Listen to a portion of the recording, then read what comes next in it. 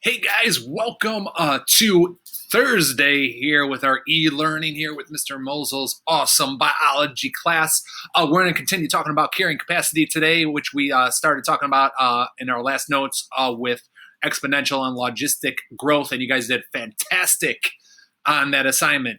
All right, for those that did it. For those that didn't do it, remember, it is there still. It's waiting for you, an Ed puzzle. You guys can still do it. And remember, we created a Google Classroom for our class, Biology e-learning. So a new Google Classroom, you can log in there and find all your assignments for our class. So let's go back to our notes here for today. All right, so we're still dealing with carrying capacity. All right, what I want you to remember with carrying capacity is this is the largest number of individuals a population can have in a given environment to support. All right, the environment doesn't want to go over that, under it, it'll kind of fluctuate around it, and that's the perfect amount. All right, that's the carrying capacity. Population, like I said, can still go up or down, but it stays near the carrying capacity. So if you come over here and look at our goldfish. Who has ever had goldfish in their life? I'll put my hand up. All right. Always love goldfish, getting them at the fun fair. Right here, this bowl, can that environment support that many goldfish? What do you think? Look at them. Poor goldfish. They're all stuck in there. Nobody can move around. You got some laying out here. That's not good for those goldfish. So let me just give my little focus here. So right now, that would not be the carrying capacity for that fish bowl, all right? Maybe if it was a super large fish bowl that could handle it, yeah, the carrying capacity would be that number of goldfish, but that's a really small environment. So a better carrying capacity, or better definition carrying capacity right here. There's 3 goldfish in there. That bowl is big enough to maintain those 3 goldfish. They have enough room to swim around. If their owner puts a little food in there, they have enough food to survive, all right? So that carrying capacity would be about 3 goldfish. It could go up or down, though. One of those goldfish can die. It would go down to 2, could go down to 1, all right? But that bowl can support 3 goldfish. That would be the carrying capacity, okay? Here is our logistic growth graph from our last notes. So you see here, carrying capacity is at the top. That's where growth kind of starts decreasing, leveling out, all right, between the death and birth rates of whatever this individuals for this graph might be. All right, so carrying capacity, remember, that's the largest number of individuals of a population that a given environment can support. All right, so let's go and see what causes a population to stop going up in an environment. So we're going to call those limiting factors, and let me click over here. Get my cursor back to where I want it. All right, so we had some limiting factors. All right, pretty easy to know what a limiting factor is. It's in the name. It's a factor that causes a growth, limits the growth of a population to decrease or level out. All right, so a population can be limited. There's a lot of things that can limit a population, so I want you to remember these. Competition for food, all right, can limit a population, all right?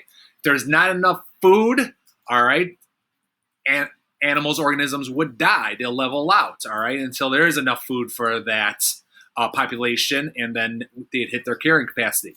We have predation, predators and prey, all right?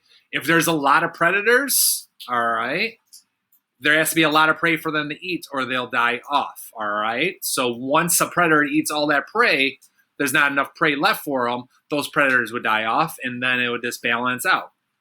Disease, we're going through that right now with the coronavirus, all right? Disease is a limiting factor, limits populations, all right? Unusual weather and natural disasters, when they roll through, populations decrease, all right?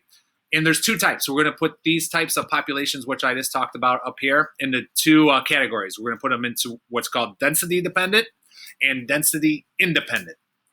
Okay, so here we go. Let's go to our density dependent factors. So I'm scratching my head. Sorry, guys. All right, our density dependent factors. These factors depend on the size of the population. All right, so it depends on the population size. So some examples that depend on the size of a population are predators. If predators have enough prey, all right, they have enough to eat, all right? So say we have wolves and deer. There's a lot of deer, all right? There's a lot of wolves. The wolves have enough to eat, so that deer population will decrease in size because there is a lot of predators. But what happens when all the deer are gone, all right? And then we have all these wolves, all right? So once the deer are all gone, because the wolves ate them all, those wolves have nothing to eat. Those wolves start to die, starvation, disease. The wolf population will start to fall. The deer population will start to rise again. So it's kind of a give or take, all right? Depends on the population. Also, we have disease, all right? Diseases need hosts, all right? If they don't have a host, and a host is kind of with the coronavirus. A virus needs a host. It needs a body, a living thing to live in, all right? So if that coronavirus doesn't have a host, all right, the population of that virus would fall, okay? So disease also depends on population, all right? Competition for food, resources, all right? You have a lot of animals living in a forest, all right? They're competing for food. You have tons of deer with no predators. Those deer are eating up all the grass, all right? They're herbivores, all right? So once they eat up all that grass, they have no food left over. No food left over, disease, starvation, these start to die off, all right? So competition for food depends on the population.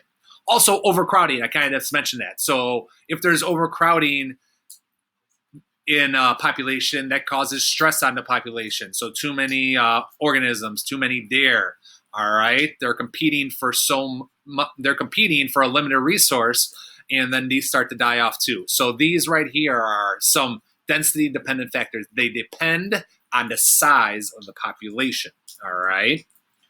Because if there was not a lot of individuals in that population, then these factors really wouldn't harm that population, okay? And our last side here, density independent factors. This is the factor affects all populations. Doesn't matter about the size of the population. Big, small, does not matter. All right, so our two examples for this are natural disasters and unusual weather. So it gets super duper duper cold. Those organisms, no matter the size of that population, are going to die off. All right, natural disasters. If a tornado rolls through, a hurricane, earthquake, wildfire, doesn't matter the size of the population there, it will kill off that population. All right, so it does not matter about the size of the population. So hopefully these notes were short for you guys today. Hopefully you guys are doing great out there. Remember, hopefully you guys are staying safe and healthy. You're always on my mind. Wishing we were back in the classroom. Hopefully one day we can get back there. But hopefully these notes are helping you out to bring you a sense of normalcy back to the classroom. So take care. See you later. Until next week. Later.